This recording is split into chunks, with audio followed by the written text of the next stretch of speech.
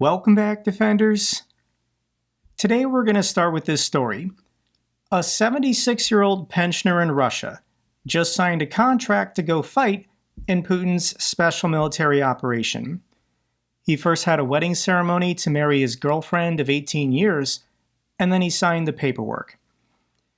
And you would only do this at age 76 out of desperation. The average Russian pensioner can't survive on a Russian pension anymore. The Russian economy is doing so terrible, and inflation inside of Russia is out of control. So this 76-year-old man is willing to give away his body for $2,000 a month, plus the death benefit to his wife when he dies.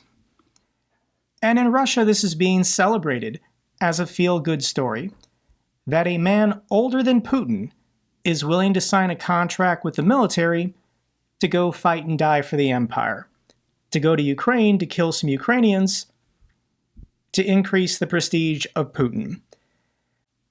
I'm not a medical doctor. I don't know what the current condition of this man is, but I'm guessing at age 76, he has some health complications.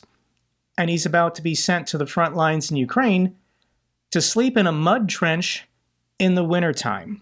So I don't think this Russian man is going to last very long. I think he knows that as well. But he's signing the paperwork for the money to take care of his now wife. This also shows desperation from the Russian military that they would be willing to take this man. But that's where the Russian military is right now.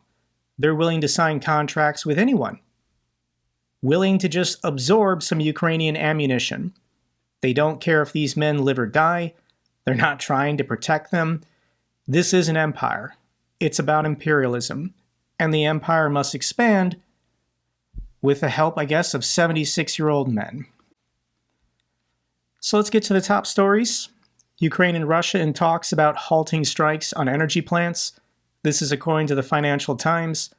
Both Moscow and Kyiv have already reduced attacks on energy facilities as part of an intelligence services arrangement, according to the Ukrainians. I was actually wondering about this the last couple weeks because the Russians stopped trying to blow up Ukraine's hydroelectric dams, and the Ukrainians more or less stopped hitting oil refineries. So there could be some tentative truce going into the wintertime. If Ukraine stops attacking oil refineries, Russia will stop attacking hydroelectric power plants, and they won't attack the nuclear power plants. This truce could be broken at any minute, really, and of course the Kremlin is denying it. Kremlin denies talks with Ukraine on abandoning energy attacks. But the fact that we can just observe this, Ukraine is not really attacking oil refineries anymore. They're attacking alcohol distilleries, which is different. But the Russians stopped trying to blow up the Kyiv hydroelectric power plant. Kyiv announces new mobilization drive as Russia advances. On Tuesday, the Secretary of Ukraine's National Security Council told the parliament that the army planned to recruit another 160,000 Ukrainian men. I know the topic of mobilization is very difficult for Ukrainians to speak about. But as an outsider looking in, you don't really have an option. Russia's not giving you an option. If you don't mobilize these 160,000 men to go fight the Russians, then if Russia takes Ukraine, they're going to mobilize those 160,000 men into the Russian military to go attack Poland or go attack the Baltics. These Ukrainian men, I'm sorry, have to join the military. They have to join the fight. The fight has come to them. So, increasingly, Ukraine is sounding the alarms about the situation on their front lines. President Zelensky gave a lengthy interview to Western journalists, entirely in English, to air grievances that Ukraine is having with the Western alliance. So I'm going to share this clip of Zelensky talking about the reaction he got to his peace proposal. The last month or so, Ukraine has been traveling to Western capitals, talking to political leaders, giving their 4 or 5 point peace plan. And there were mixed reviews, but Zelensky's going to explain the reactions he got. We wrote the victory plan. We gave them. They always, when we propose something to our partners, they always say, yes, but it depends on the will of one and another. No, this plan was depending only on the will of partners, not on the will of Russia. Only on the will of partners. They had to accept this plan. And a lot of countries began to accept it. And a lot of countries began to tell us, you know, a little bit pressure on us, they said, from some leaders. Mm-hmm. Yes, because you want too much. Mm-hmm. Too much for what? We want to live. Is it too much? Mm-hmm. Just to live. That's it. That's about victory plan. That's about the North. That's about the East. It's about close cooperation. So the first point Zelensky makes is his victory plan is not dependent on the Russians cooperating. People in the West can't use Russia as an excuse for not supporting Zelensky's victory plan. The second point is that Western leaders were saying to Zelensky, you're asking for too much. And Zelensky's saying, this is what we need for victory. This is what we need to survive, to live. Is it too much to ask? Just to survive? Just to live? It's a good argument. Zelensky says international response to North Korean troops in Russia isn't strong enough. In a stark warning about the implications of the North Korean military involvement in Russia's war against Ukraine, Zelensky has criticized the lack of a robust international reaction. Okay, Biden says Ukraine should strike back if North Korean troops cross into Ukraine. President Biden expressed support for Ukrainian military action against North Korean forces if they cross into Ukraine, amid reports of North Korean troops in Kursk. Well, to begin, Russia plans on using these 10,000 North Korean troops in the Kursk region, which is Russian territory. So this statement is useless. Ukraine needs to be given permission to strike back anywhere they think they need to strike, as long as it's a valid military target. So I've made the argument on this channel that the United States is in a holding pattern. It's not going to reverse or change any policy decisions prior to November 5th. That's in 5 days. We're almost there. After November 5th, we're going to get some stronger statements, some policy changes, and I think more military aid to Ukraine, depending on the outcome. 5 days, this is agony. It's going to take a while. Emotionally, this is affecting everyone, but I am optimistic that Donald Trump is going to be defeated. Ignore Polymarket. For some reason, Elon Musk keeps promoting this offshore crypto betting platform that Americans can't even bet on, because that's showing Donald Trump is going to win. But no, let's actually look at the voters. People vote, not betting markets. And all early indications, in my opinion, look good for Kamala Harris. The Democrats have a almost 400,000 vote, they call it the Democratic firewall, prior to election. We don't know who these people voted for, but we know the party registration of the voters in Pennsylvania. We've got 900,000 votes compared to 530,000. In the state of Wisconsin, this is my home state. I understand Wisconsin. I'm from Milwaukee County. Dane County is the capital. That's Madison. These are the liberal blue strongholds, if you want to call it that. And the statewide turnout 4 years ago was 1.2 million votes.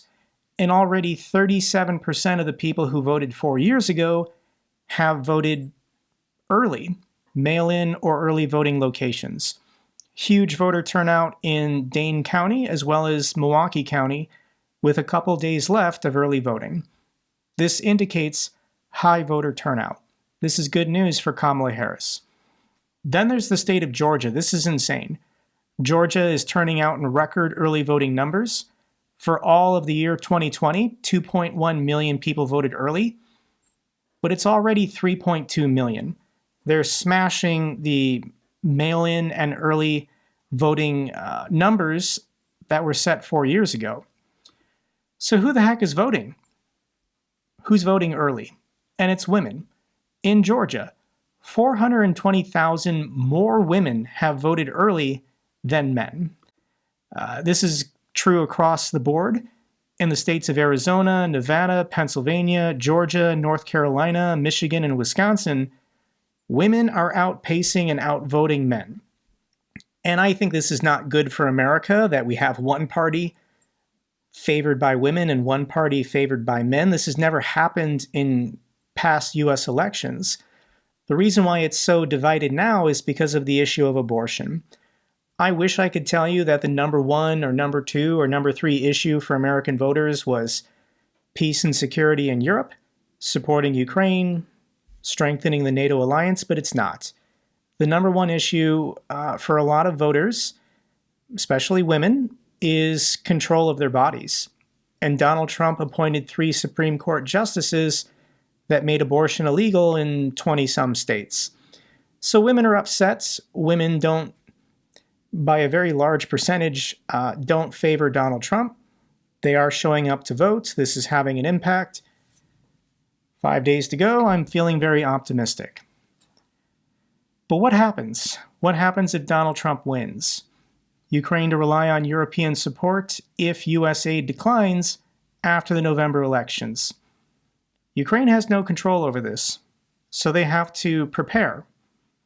Hope for the best, prepare for the worst. And it's bad, guys. I know there are Americans watching my videos who support Donald Trump. And they might know that Trump is a worse candidate for Ukraine, but because of other issues, they're still going to vote for him. But I want to speak directly to the delusional people that think Donald Trump will be better for Ukraine. You're living in a fantasy. I didn't mention this, but this is Donald Trump's appearance on the Joe Rogan podcast. And Joe Rogan tried to say dictators are bad, right? Dictators are evil. You shouldn't like them. And Trump is incapable of doing this. Trump loves dictators. He loves Kim Jong-un. He loves Vladimir Putin. He loves Xi of China. Just listen to this clip. Well, I also we're dealing with the smartest people. They hate when I say, when I call President Xi, they said, he called President Xi brilliant. Well, he's a brilliant guy. He controls 1.4 billion people with an iron fist. I mean, he's a brilliant guy, whether you like it. Calling a dictator brilliant for controlling 1.4 billion people with an iron fist, that is not something that the leader of the free world should be saying. He says the press doesn't like it when I praise dictators. Yes, that's because you're not supposed to do that. So Joe Rogan's going to jump in and try and help Trump. Or not, and they go crazy. Right, it doesn't mean he's not evil, or it doesn't mean he's not of course not. dangerous. But actually, we have evil people in our country. Yes. So Rogan says Xi and Putin and Kim Jong are still evil, they're still dangerous. Putin then says, Trump then says yes, and then he says, wait, no, the real evil people are here in America. And this is the enemy from within that Trump has been saying the last couple days, that the real evil people, the real enemies of America, are Democrats. Nancy Pelosi, Michelle Obama, Adam Schiff. These are the people that the United States military needs to take out. He has threatened to use the U.S. military against U.S. citizens. If you have a smart president, he can deal with Russia. He can deal with all of it. Russia would have never gone into Ukraine if I were president. This man has no plan to help any democratic country in the world. He will only be helping autocracies gain more power and prestige, because that's what he is. He's a dictator wannabe. Has the U.S. really only sent Ukraine 10% of arms promised this year? This is the other attention-grabbing headline. Ukraine's President Zelensky said fighting Russia is tough, when 9 out of every $10 worth of U.S. arms promised this year hasn't shown up. The Pentagon's numbers seem to support this claim. This is the $60 billion that was passed back in April or May. Zelensky is saying that only about $6 billion worth of stuff has actually arrived in the country to help the war effort. And this potentially could be true. There are long-term contracts that have been signed, stuff being produced new that will be delivered in a year or two. But $6 billion is still a lot of stuff. And the reason why it's felt, the word people use online is a drip feed, the reason why is the Pentagon is planning for this being the last financial aid, the last military aid the United States ever provides. If Donald Trump wins on November 5th, that's the end. There's no more military cooperation. There's no more military aid to Ukraine. So the Pentagon is deliberately stretching out this money as long as possible because there's uncertainty. Ukraine wants more now. They want to fight the Russians harder today. But the United States has to plan for Trump winning or MAGA controlling the House and then blocking another vote for 8 months. They don't want a repeat of what happened with Speaker Johnson last year when Avdiivka fell. I also want to say to my international viewers, especially any NAFO fellows, these cartoon dogs with European flags next to their names, I'm getting pretty fed up with people criticizing the United States, attacking the United States on social media every day for not winning this war for Ukraine.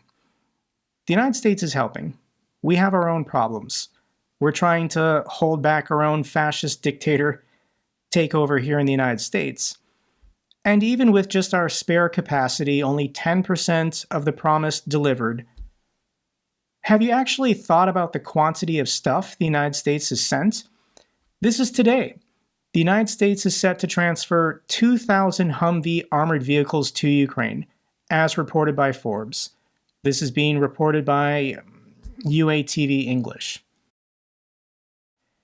So for my European viewers who spend a lot of time online just trash-talking the United States for not supplying this, not giving permission for this, not allowing this, you need to look at yourselves. You need to look at yourselves on the European continent and ask, what are you doing? I understand the Baltics, the Scandinavian countries, they're doing fantastic.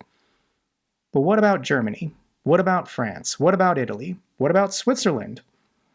There's a lot of countries in Europe that could be doing more, and they're choosing not to. And there are lots of European countries that, to me on social media as an American, sure feels like they're getting a free pass. Case in point, Prime Minister of Slovakia, Robert Fico, went on Kremlin State TV to praise the Russians. This man is a member of the EU and a member of NATO, and he chose to go on Russia's 60 Minutes program to talk to Olga. I'm going to share this clip. Do you want to come to Moscow for the May 9th Victory Day parade? This is the Prime Minister of Slovakia. Yes, I'd be very glad. I thanked the Red Army soldiers, and the former peoples of the Soviet Union during the celebration of Slovak National Uprising, or the celebration of the 80th anniversary of the Carpathian Dukla offensive operation.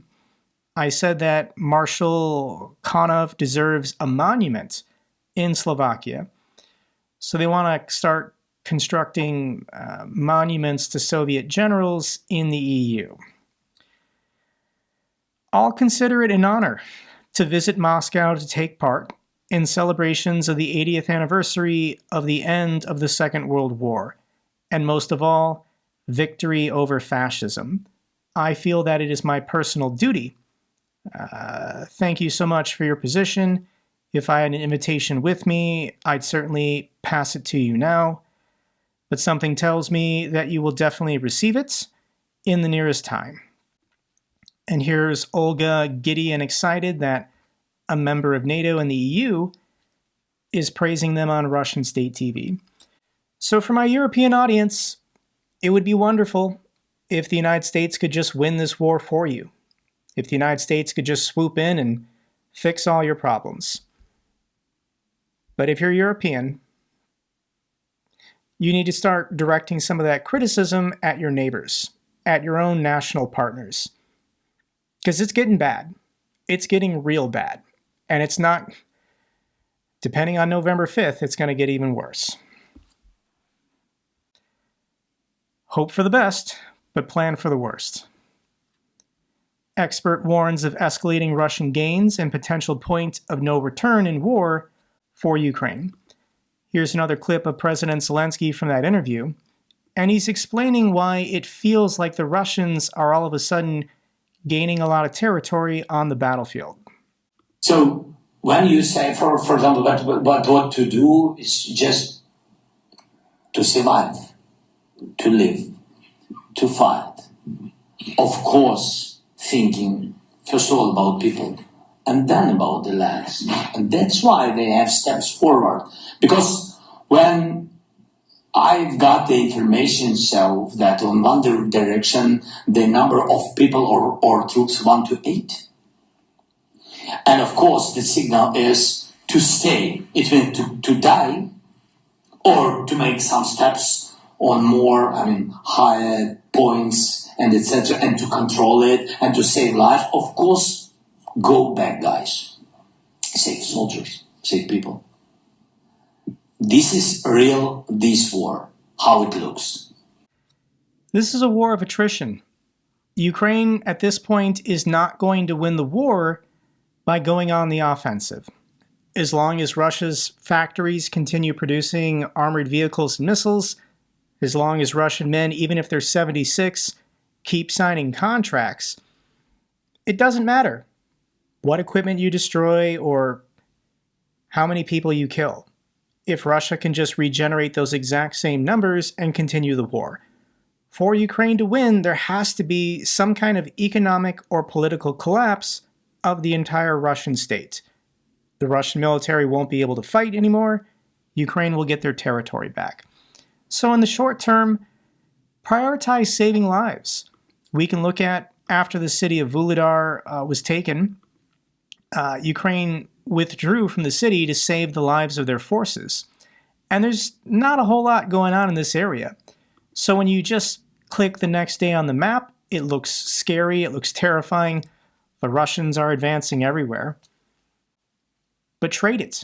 Trade those fields. Trade those tree lines. Trade those small settlements to just destroy as much equipment and kill as many Russian soldiers as you can while preserving your own. If the Ukrainians have to fall back, to the territorial boundary of Donetsk, the war's not over. Russia still has to figure out how to win.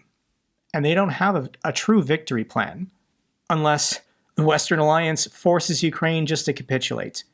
Give the Russians everything they want. That is Russia's victory plan at the moment, because not even the Russians can win this on the battlefield, even though it looks like they're advancing every single day. Let's get to the bad news for Russia. There was another ammunition depot in Luhansk that blew up. Pretty big explosion. I'll link it down below if you want to see it for yourself. Moscow court jails an IT worker for trying to share state secrets with the CIA. A Moscow court sentenced an IT specialist to 13 years in prison for attempting to pass Kremlin secrets to the CIA. He was also fined $3,000. Russian court, this is hilarious. Russian court fines Google 2.5 decillion over refusals to reinstate pro-Kremlin accounts. The penalties, which have doubled weekly since 2020, have reached 2.5 decillion, approximately 9.2 sextillion times the world's richest person, Elon Musk. So when the war began, YouTube blocked or privated all of RT News's and the Kremlin's accounts on YouTube. A Russian court then started fining Google and said the fine is going to double every week. You don't reinstate these YouTube channels. And the fine has now reached, these are all the zeros. So this is in rubles, this is in US dollars, but this is now more money that exists in the entire world. Good job, Russia. And Google might stop working in Russia after the Russian authorities once again impose this astronomical fine. Either Russia could block Google, they've already blocked YouTube, but they could block the Google domain and all Gmail accounts and everything. Or Google could just shut it off on their own, And this would be bad for Russians trying to use the internet to do whatever, because once again, Android devices are a pretty sizable share of the cell phone market. U.S. sanctions 275 entities over Russian tech supports. The U.S. Treasury Department has announced new sanctions targeting companies in 17 different countries for their support for Russia's military. It's a game of whack-a-mole. You sanction one person or corporation, they just change the person or rebrand the company. But it's still important to update this list and go after these people. This is hilarious. Finland seizes Russian properties valued at over $35 million in compliance with an international ruling. Finnish authorities have seized approximately 40 properties owned by the Russian state. This is happening in Finland. Good job to the people of Finland. Norway to provide $118 million for F-16 equipment to Ukraine by the end of the year. Thank you so much to the people of Norway. Final videos I want to share with you is an update on Victor Blacksmith. This is the Ukrainian defender who lost both of his legs. I mentioned his story a couple weeks ago, and you guys were incredible. The fundraiser they were trying to get close to $100,000, and the fundraiser was at close to $50,000.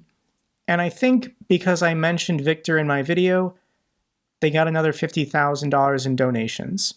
So Victor was able to go to Australia for this special surgery in which, I don't think I really understand it, but metal components had to be fused to his bones to give him greater mobility when he gets prosthetics to replace his lost legs. So he's currently in Australia going through rehab, and you can see he's on his legs. He's surfing in this video. And in this video, once again, this is part of his rehab, he is maneuvering on a skateboard.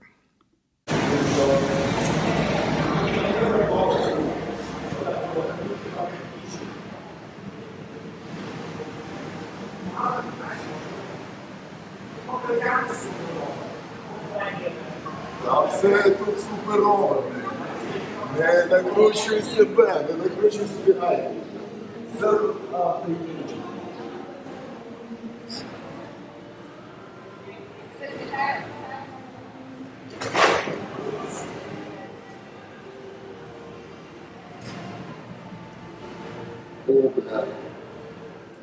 At the end of this video, you can see the metal components that have been fused to his thigh bones.